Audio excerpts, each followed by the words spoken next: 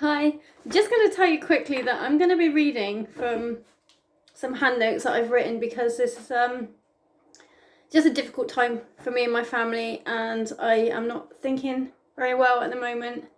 So, yeah, I've written a script just so that I don't go off topic, which I already have because I didn't write any of this down. Okay, so hello, welcome back. This is Hope in Bulgaria and I am Anna. For those of you that have watched our latest video, my journey to the truth about Pastor D, I'm sure you are wondering what happened next. Anyone who didn't see that, please watch it, it's really important. And please forgive my washing machine, for some reason it won't pause, so it's just going to have to be doing its thing in the background. So the following morning, after very little sleep, I received the information that Daniel has been charged. The charges are sexual assault on 8 boys, of which 5 are under 14. I will obviously continue to fill you in as I receive news on this matter. And I have been criticised for this in the past. Please forgive me for smiling. This smile is painted on. It's for your benefit. My family is grieving and devastated. Yes, I believe that Daniel should be kept away from children. But on the other hand, I have seen the reality of Bulgarian prisons. I've seen him starving himself to death. I've seen, how awful it is in there, and my heart is broken. Yeah, my heart is broken. There is no good result. I know that the Lord turns everything round for the good of those that love Him. I didn't write any of this down either. Okay, let me stick to what I've written. Okay, many of you have gotten in touch with kind words and support, and for that I would like to say a huge thank you.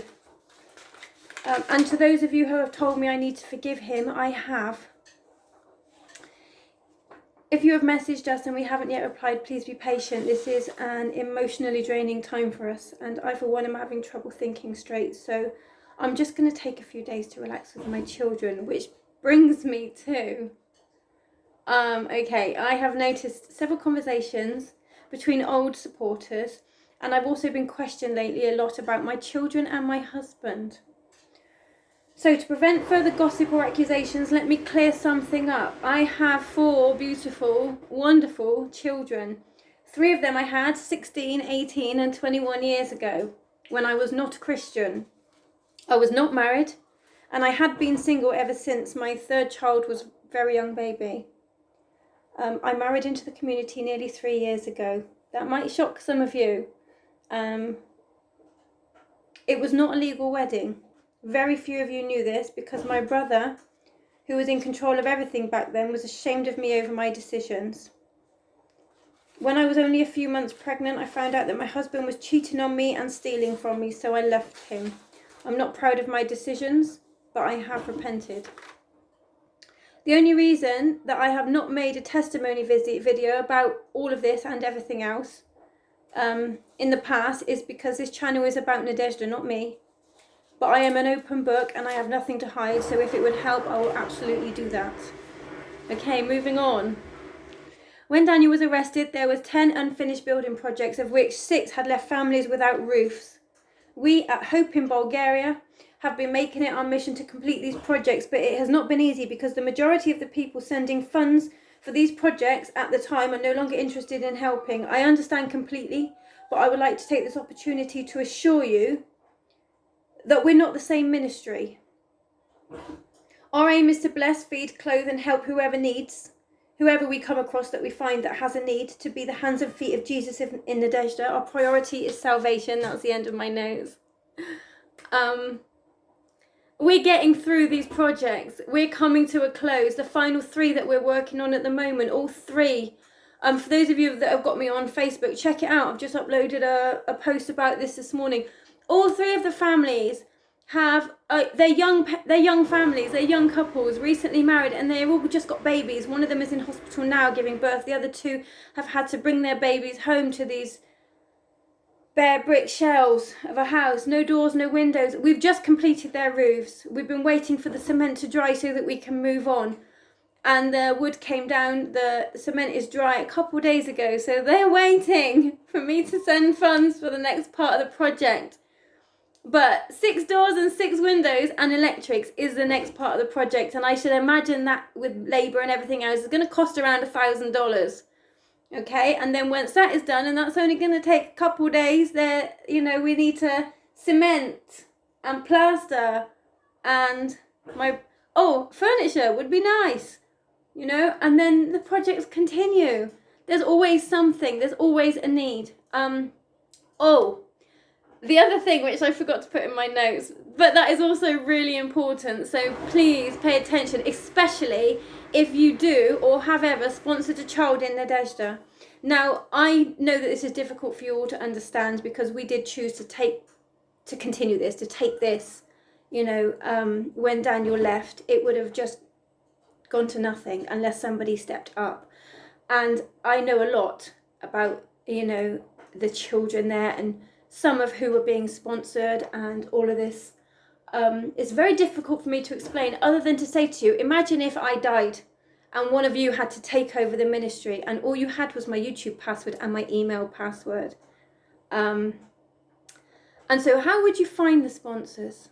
You know, I know some of the children by name and some of them can tell me their sponsor's name. That doesn't give me an email address. I have made videos saying reach out, and some of you have, so we're kind of slowly building up a new list of children that have a sponsor. At the moment, Nadezhda is on lockdown. When the school and the church open again, we will be making a list of the regular attenders and we will be reaching out. You know, I've recruited Natasha, who is going to be really involved with anyone that is sponsoring a child. We have not really been trying to expand this because it's just been too difficult because there are so many children and I don't know a lot of them by name. I can't get out there at the moment. So we haven't really been able to do anything about this, but we will, you know. So there are a lot of children that would really benefit from a little bit of pocket money because the people there, they don't have running water. They don't have washing machines. They have, say you send some pocket money for a child, they'll go and buy themselves an outfit. Most of the time, shoes or some clothes. Now, these shoes or clothes are not going to last very long. They'll be cheaply made. They will be made by, you know, locals in the community or sold by locals in the community. And these children will wear that outfit day and night for a couple weeks. And then it will probably be fit for a bin. They'll probably burn it to keep warm. Once it's hanging off them, when they are able to find or buy or whatever, you know. They don't have anything, a lot of them. They don't have anything. Many of them will tell me they will get changed when I send them something new to wear. And it's a lot of pressure.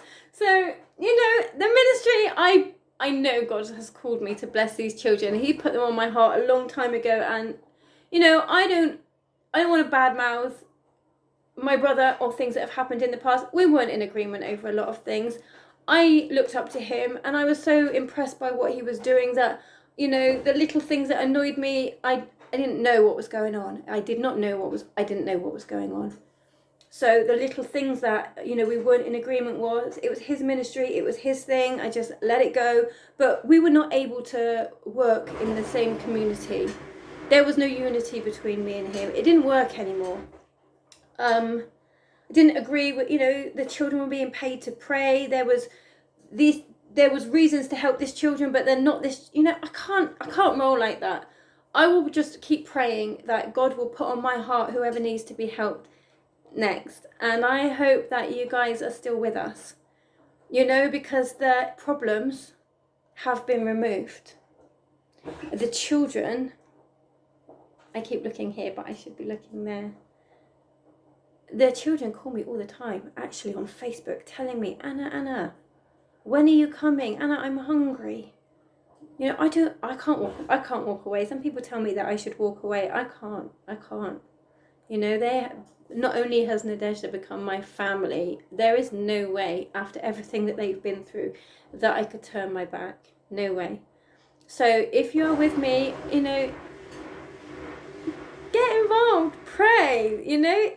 Yes, you may visit, but I hope that you all understand, because of what has happened, you would have to fill out an application form, which my friend Natasha, my paperwork genius, will send to you. And you will visit when we visit. You know, just have to safeguard the kids. And that will be, please don't anyone take offence. I know that it was my brother that was doing the damage, but I see it as my responsibility and my privilege to be a part of the healing process. And that, of course, involves protecting the children at all costs. So yeah, give us a shout. I'm sorry this video was literally supposed to be just sharing a couple of things about what we'd heard about Daniel being charged. A lot of you have come back. A lot of people have got in touch, you know, that had not been involved for so long, and it blesses me. You know, it really blesses me, you know, to think that the children that, you know, haven't been forgotten. That's it. So God bless you all, and thank you. Thank you for all being so understanding over the video that I uploaded the other day. I have really babbled on, and I'm so sorry. My head is full. But the priority now moving forward is blessing them and praying for them and being united, and I'll be as open as I possibly can be. I tell you everything I know. I will keep you updated with my brother's trial, and I will visit Nadezhda as soon as lockdown is over. God bless you all, and Jesus is coming soon.